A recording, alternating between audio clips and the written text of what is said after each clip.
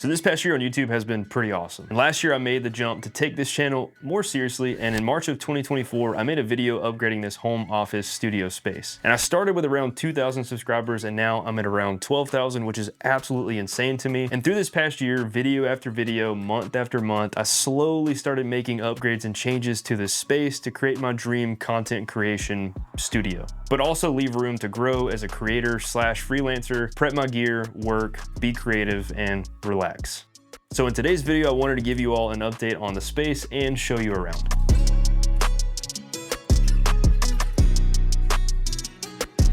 So this room is around 11 feet by 14 feet with a decently sized closet, and I really tried to cram as much as I could in here by creating 4, technically 5 different spaces. My main desk setup, the TV area, my second desk setup slash content creation area, and then last, the gear closet. So let's start with the main desk setup. For the desk, I have the FlexiSpot E5 sit stand desk with a 78-inch by 30-inch bamboo top. This is a great desk with plenty of room to hold all my stuff. For my computer, I custom built this PC with an Asus TUF Gaming RTX 4090 paired with the Intel i9-14900K. I'll have all the details of this PC build in the description, but now that the 5090's out, I'm fiending. Here it is. It's a solid computer though for video editing and DaVinci Resolve, and of course, gaming. And in my last video, I was dreaming of a PC, and this is one of the updates I made last year that I am the most proud of. I absolutely love this thing. Now for my monitors, I have the LG 27-inch GP950 as my main monitor. It's a 144Hz gaming monitor, but also has 98% of the DCI P3 color gamut. So it's perfect for me when creating content or even doing freelance work. And it's actually really color accurate out of the box. The colors are rich, the image is sharp, and the 144Hz is great for gaming. So for my vertical monitor, I'm trying out this monitor that Innocen sent over to me. It's a 27-inch 4K monitor with a USB-C connectivity, so it's great for a MacBook or a Windows laptop, and it comes in at around $240 US. I think for the price, it's okay, but there are definitely other bigger name brands out there on the market that pretty much do the same thing that I think are a better investment. However, the image quality is sharp and the USB-C connectivity is awesome for MacBook and laptops. So as a main monitor, this would be great. Again, I think you could spend your money a little bit better on some other options. I'll make sure to link those below, and for now, it serves a purpose as my second monitor. And one issue that I'm seeing on my main monitor is that this line has just randomly appeared on the bottom of my screen. So I think it's something with the pixels dying maybe, but I don't really know how it happened. And it's not too distracting, but eventually I'll probably have to upgrade this monitor since unfortunately it's out of warranty. So for storage and organization, I have the setup cockpit from Bololo, and for sound, I have the trusty PreSonus Aris 3.5-inch speakers, running into my Scarlett Solo paired with a Rode pod mic. And the Rode pod mic is on the Elgato Wave mic arm. I've been running this audio setup for years, and I love it. The speakers are clear and great for monitoring audio in my edits, and the Rode pod mic is probably one of the greatest XLR mics you can buy for $99. Whether I'm gaming or doing voiceovers, this is pretty much all I need for sound. For my keyboard, I have the Low Free Flow Lite, and then my mouse is the MX Master 3. For my chair, I have the FlexiSpot C7, and then behind the desk, I installed these slat walls from the wood veneer hub. They look great, and it added some more wood tones to the room to break up the iron ore colored paint from Sherwin-Williams, but they also serve as sound panels, which I think is a really cool feature. Above my desk, I have some wall art of 3 of my favorite albums, and to the right, I have this pegboard with some storage for some items around my office. Next to the desk, I have this ladder shelf from Amazon where I can store some books and other decorations that fit my space, as well as this cheap LED light from Suncrafter, I believe is the brand name, to light up my desk when I need it for filming videos. Ideally, I'd like to have all the same name brand lights in here for color accuracy and consistency, but you take what you get and can afford, so it gets the job done. Next, let's move on over to the TV area. Originally, this had a couch, and since I upgraded my game room and purchased a new OLED TV for in there, I wanted to put the older 55-inch LG B2 in my office to have for a podcast, or if I want to take a break when I'm eating lunch and just watch TV and relax. So where the couch was before and underneath the TV, I got this TV media console from Amazon to store any products that I'll be reviewing this year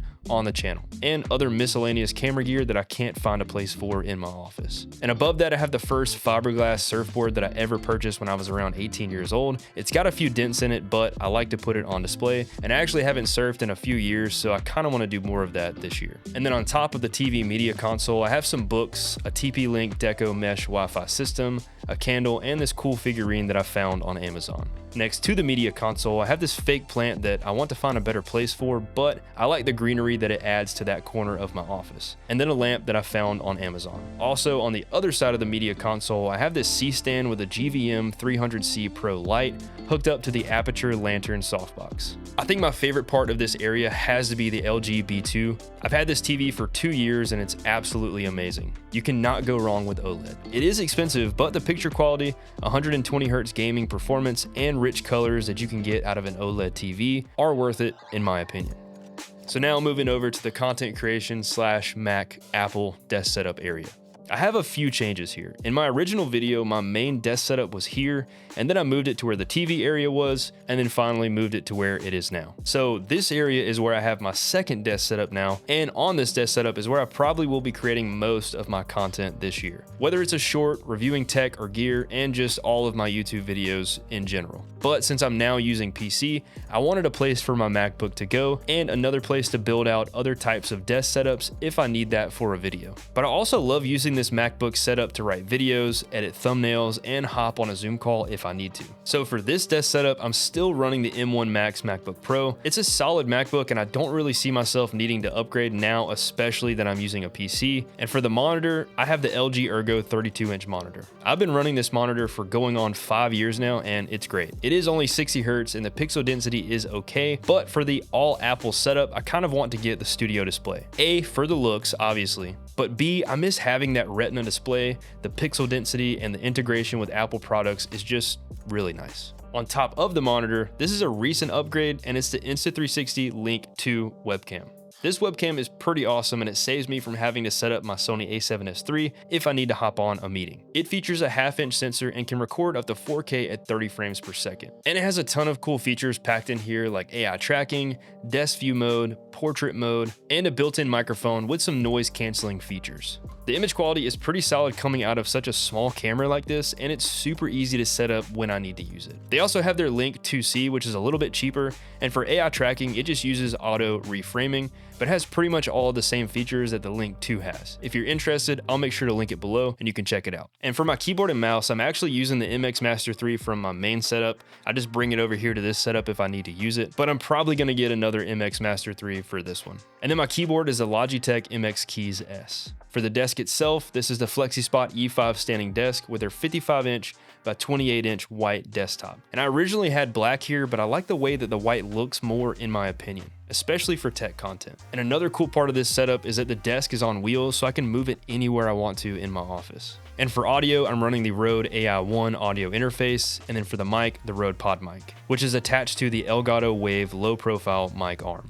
Behind the setup, I have 2 sound panels that I found on Amazon around 5 years ago. They look good and it just adds a little bit of extra texture to that wall. And to the right of the desk setup, I have this black filing cabinet from Amazon. This has been here since I started my desk setup journey, but it's a great way to store extra things that I may need when I'm creating content, but also to store files for taxes and business things. Now, one of my most favorite additions to this space is the roller backdrop system. And this is why this technically is another part of this office space, because I can use this space now for way more. I got this backdrop rolling system from Amazon and it comes with 4 slots to put in 4 different backdrops. Then I got these metal poles to help support the backdrops and keep them from bending. So if I need to film product B-roll, maybe I want to get creative for a certain YouTube video and have that as my background. And as a freelancer, I want to get more into creating product videos for local brands and companies. So this would be a great way to do this right here in my studio.